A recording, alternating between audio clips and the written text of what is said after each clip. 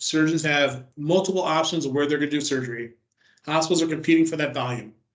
And, with the emergence of the ASCs, I mean, if you're not efficient, there's a lot of leakage that's happening. But how do you do that? You need to look at how you're using your OR today in a thoughtful way and align it to the surgeon practice patterns. Go there, have conversations with your surgeons.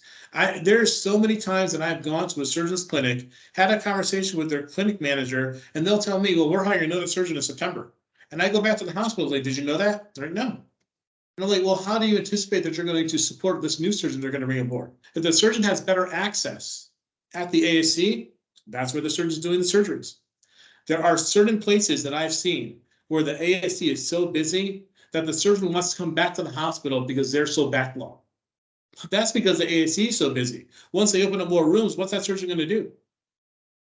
This whole world about how we manage that access, okay, so we can find a way to decompress that is going to be critical. But the challenge here, and I'm going to be transparent, is if you're a hospital and you're growing in your inpatient volume, you're backlogged with inpatient beds.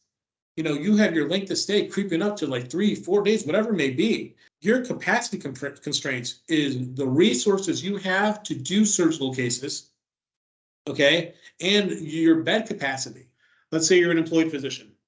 If you're an employed physician and you do your surgery at the ASC, okay, well, I, as a hospital, and it depends on the relationship with that ASC, but just imagine that ASC now, we're 50% owners with the physicians. So the hospital takes that procedure, does it at the ASC. Now they're losing 50% of the revenue, but they're losing 50% of a discounted revenue. So instead of making $100, you're only making 40. And now I'm only getting 50% of that $40. So now I'm only getting 20 instead of 100 by doing that case in the ASC. You want to partner with the private surgeons who are out there growing in the ASC market. Align incentives. If the volume is going there, then anticipate it's going there and accept reality. It's not coming back. Partner with these physicians, grow into the ASC space, particularly these private surgeons who are only focusing on commercial insurance. Okay, the cost of your care there is reduced. Your margin is actually higher. Okay, and you're splitting up more, and your production is much greater in that space with those private surgeons. I would say with your employed surgeons, what you really want to do is look at value-based care contracts. So that way I'm getting a bundled payment to do with total knee. Regardless of where I do it, I'm getting this reimbursement.